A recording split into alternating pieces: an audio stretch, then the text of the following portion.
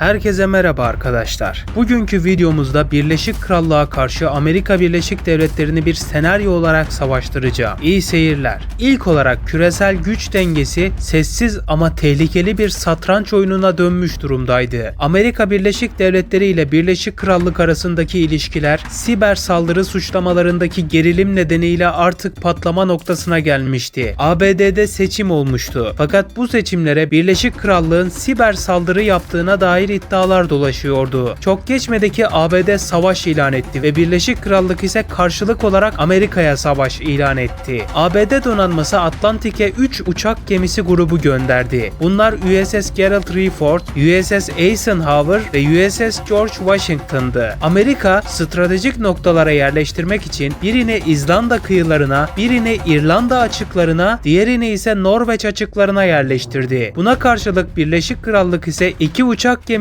grubu çıkarttı ve bunlar HMS Queen Elizabeth ile HMS Prince of Wales'ti. İngilizler birini Kuzey Denizi'ne, diğerini ise İzlanda'ya bakan kıyılarına yerleştirdi. Derken ilk büyük çatışma İzlanda açıklarında gerçekleşecekti. İngiliz denizaltısı ABD'ye ait bir gemiyi torpidoyla batırdı. Ancak bu saldırı sonrası ABD sonar ağı teknolojisiyle İngiliz denizaltılarını avlamaya başladı. Bu sayede bölge sularında bulunan 3 İngiliz denizaltısı Amerika tarafından yok edildi. Derken gökyüzü ateş sahasına dönmek üzereydi. ABD Hava Kuvvetleri F-35 savaş uçaklarını ve B-2 bombardıman uçaklarını İzlanda üstlerinden kaldırdı. Hemen sonra da Birleşik Krallık'ın hava üslerini hedef aldı. Lakenhalt ve Losimot isimli hava sahaları Amerika'nın gece operasyonları sonucu bombalandı. Birleşik Krallık ise Eurofighter Typhoon'larla karşılık verdi. Böylece bu topraklarda ABD Birleşik Krallık arasında hava savaşı başladı. Bu hava savaşı sırasında bir diyalog yaşandı. ABD komutanı bir hedef kilitlendi. İngiliz uçağını vurmak üzereyim. İngiliz pilot ise burası Londra'nın hava sahası. Kolay lokma değiliz. Londra hava sahasında yoğun uçak çatışmaları yaşanıyordu. ABD hayalet teknolojisiyle avantaj sağlasa da İngiliz radar sistemleri bazı uçakları düşürmeyi başardı. Bu hava savaşı yaşanırken ABD 7 savaş uçağını kaybetti. Birleşik Krallık ise 11 savaş uçağını bu savaş sırasında kaybetti. Savaşın yeni aşaması füze savaşları ve siber kaos şeklinde olacağı benziyordu. Bu sırada Almanya ve Fransa ise Birleşik Krallık'ın yanındaydı. Fakat savaşa girmeyerek sadece uzaktan destek veriyorlardı. Bu arada ABD, İngiltere'nin kritik altyapılarına siber saldırılar başlattı. Bunun sonucunda elektrik şebekeleri çöktü, bankacılık sistemleri ise durdu. Birleşik Krallık ise karşılık olarak ABD'nin doğu kıyısındaki limanlara siber saldırılar düzenledi.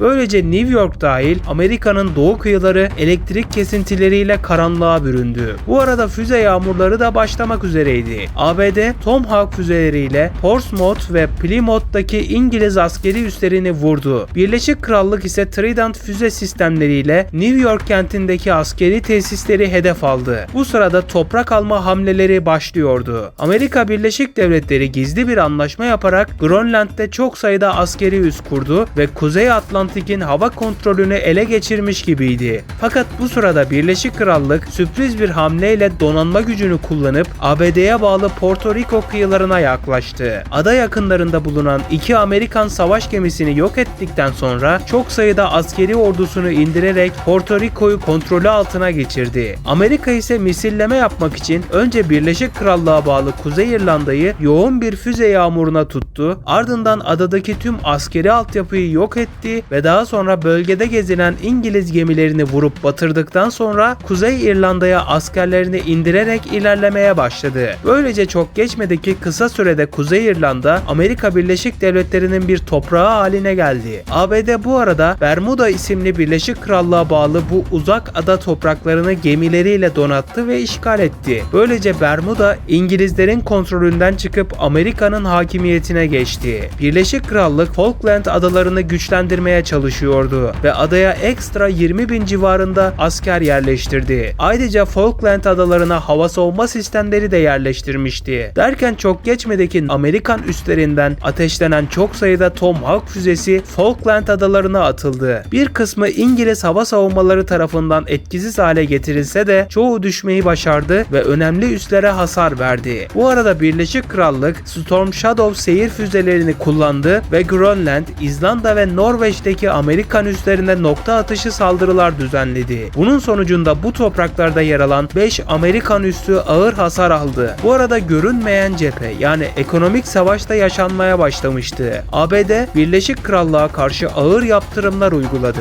Böylece bu ambargolar sonucu ülkenin para birimi olan sterlin hızla değer kaybetmeye başladı. Ayrıca Amerika petrol ve gaz sevkiyatını keserek ticareti durdurdu. Birleşik Krallık ise Avrupa ile acil anlaşmalar yapmaya başladı ve ABD ürünlerine ambargo koydu. Avrupa Birliği ve İngilizler artık Amerika Birleşik Devletleri ile herhangi bir ticaret yapmayacaklardı. Savaşa geri dönersek Atlantik Okyanusu artık bir savaş sahasına dönmüştü. Savaş gemileri birbirlerine füze atıyor ve karşılıklı gemi kayıpları yaşanıyordu. Ne ABD ne de Birleşik Krallık geri adım atmaya niyetliydi. Bu arada iki ülkenin iki lideri arasında gizli bir konuşma gerçekleşti. Birleşik Krallık Başbakanı "Bu savaşı biz başlatmadık ama bitiren biz olacağız." ABD Başkanı ise "O zaman gelin ve deneyin" dedi. Atlantik'te başlayan savaş artık bir kıta savaşına dönüşürken Amerika Birleşik Devletleri ve Birleşik Krallık sadece birbirleriyle değil dünyanın geri kalanının baskısıyla da yüzleşmeye başlıyordu. NATO içinde büyük bir kriz çıkmıştı. Çünkü iki NATO üyesi savaşıyordu ve NATO'nun müdahalesi her iki tarafa da verilemiyordu. Ancak ABD buna karşılık NATO içinde baskı kurdu, NATO bölündü. NATO'daki çoğu ülke Türkiye ile beraber tarafsız kalmayı seçse de Kanada ve Norveç ABD'yi destekliyordu. ABD, Birleşik Krallığa dış yardımların gelmesini engellemek ve ekonomik olarak boğmak için dev bir deniz ablukası başlattı. Amerikan gemileri Birleşik Krallık'ın bütün deniz yollarını savaş gemileriyle kapattı. Manş Denizi'ni ise Fransa'ya baskı yaparak kapattırdı. Böylece Birleşik Krallık dünyadan izole bir hale geldi. Bu arada ABD hava savaşını derinleştirdi ve uçaklarıyla Manchester, Londra, Birmingham gibi önemli İngiliz kentlerini yoğun hava bombardımanına tutuyordu. ABD büyük hasar vermeyi başardı. Ancak İngiliz uçakları da karşılık verdiği için 12 uçağını kaybetti Amerika. Birleşik Krallık ağır darbe aldı ama tamamen düşmedi. ABD savaşın kaderini değiştirmek için Avrupa'ya asker çıkartma planını devreye soktu ve gizli şekilde Amerika'nın çıkartma gemileri İskoçya'nın kuzeyine çıkartma yaptı. İngiliz ordusu karşılık verse de Amerika yoğun asker çıkartması gerçekleştirdiğinden hızlı ilerleyişlere başlamıştı. ABD Glasgow'a kadar ulaştı. ABD Başkanı bir açıklama yaptı ve bir sonraki hamle oyunu bitirecek dedi.